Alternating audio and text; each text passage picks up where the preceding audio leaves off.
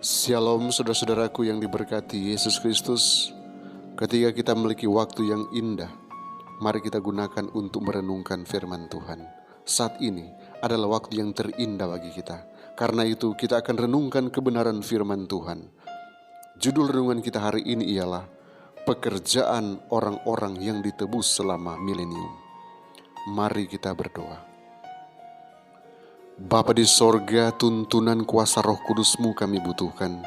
Kiranya saat ini boleh bekerja di dalam hati kami, sehingga kami boleh memaknai, boleh mengerti akan firman kebenaran yang akan kami terima saat ini. Di dalam nama Yesus kami selalu berdoa dan bersyukur.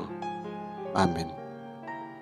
Ayat inti kita yang melandasi pembahasan saat ini diambil dari Wahyu 20 ayat yang keempat. Firman Tuhan berkata, "Lalu aku melihat tahta-tahta dan orang-orang yang duduk di atasnya. Kepada mereka diserahkan kuasa untuk menghakimi." Saudara-saudaraku, kepada umat Allah, penawanan iblis akan membawa kegembiraan dan sukacita. Nabi berkata, "Maka pada hari Tuhan mengakhiri kesakitan dan kegelisahanmu." Yesaya 14 ayat yang ketiga. Selama 1000 tahun itu, antara kebangkitan yang pertama dan kebangkitan yang kedua, penghakiman atas orang-orang fasik berlangsung. Rasul Paulus mengatakan penghakiman ini sebagai suatu peristiwa yang mengikuti kedatangan Kristus yang kedua kali. Karena itu, janganlah menghakimi sebelum waktunya, yaitu sebelum Tuhan datang. Ia akan menerangi juga apa yang tersembunyi di dalam kegelapan, dan ia akan memperlihatkan apa yang direncanakan di dalam hati. 1 Korintus 4 ayat yang kelima.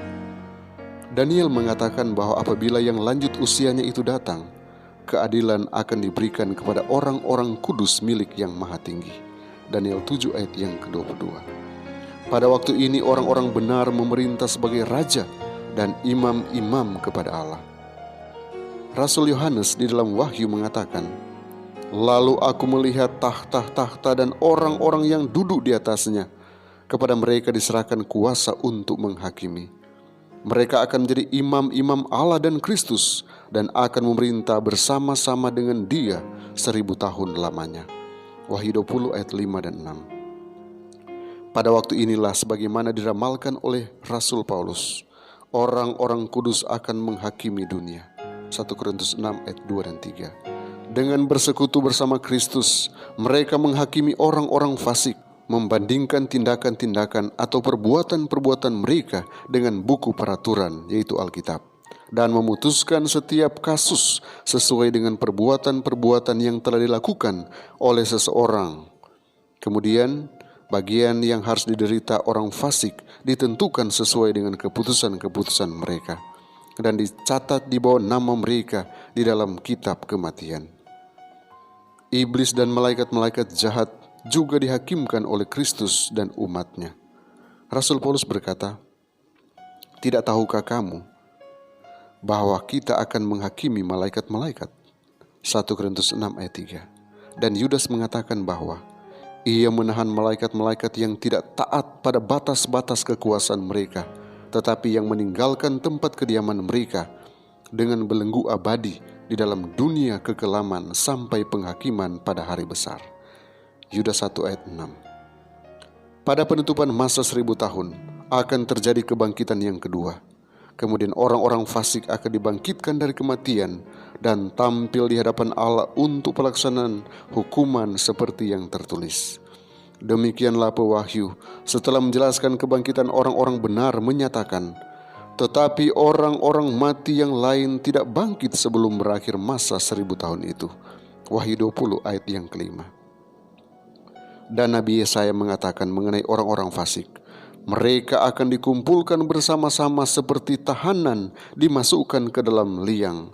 Mereka akan dimasukkan ke dalam penjara dan dihukum sesudah waktu yang lama."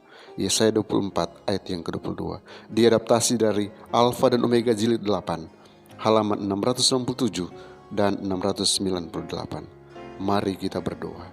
Oh Bapa di sorga, terima kasih untuk kasih karunia-Mu dan damai sejahtera-Mu yang melampaui segala akal, yang dinyatakan bagi kami, sehingga hari ini kami boleh menikmati syukur, kami boleh memberikan waktu kami untuk datang berhubungan dengan Engkau, mendengarkan firman-Mu, dan merenungkan lebih dalam akan maksud Tuhan dalam perjalanan iman kami. Terima kasih Yesus, saat ini kami mau datang menyerahkan kehidupan kami di bawah kendali-Mu, sehingga apapun yang akan kami lewati hari ini, kami percaya pertolongan-Mu pasti. Engkau senantiasa mengendalikan kami, mengarahkan kami kepada jalan-jalan-Mu. Ada sukses sorga yang akan kami raih oleh karena pertolongan-Mu nyata bagi kami. Apapun usaha yang dibuat oleh umat-umat Tuhan berhasil. Tuhan selalu menyertai, Tuhan selalu memberkati, dan Tuhan selalu menolong, mengarahkan kepada kesuksesan. Oh Bapa di sorga, Engkau tetap hindarkan kami dari COVID-19, jaga kami, lindungi kami dari sakit penyakit, mara bahaya yang mudah berlaku bagi kami. Engkau singkirkan dari kehidupan kami. Biarlah kami selalu diberkati dan selalu ada keindahan di dalam perjalanan iman kami. Oh Bapa di sorga, terima kasih karena penyertaan-Mu sempurna bagi kami. Kami serahkan kehidupan kami dan rencana kami hari ini hanya di dalam nama Yesus Tuhan dan Juru Selamat kami. Amin.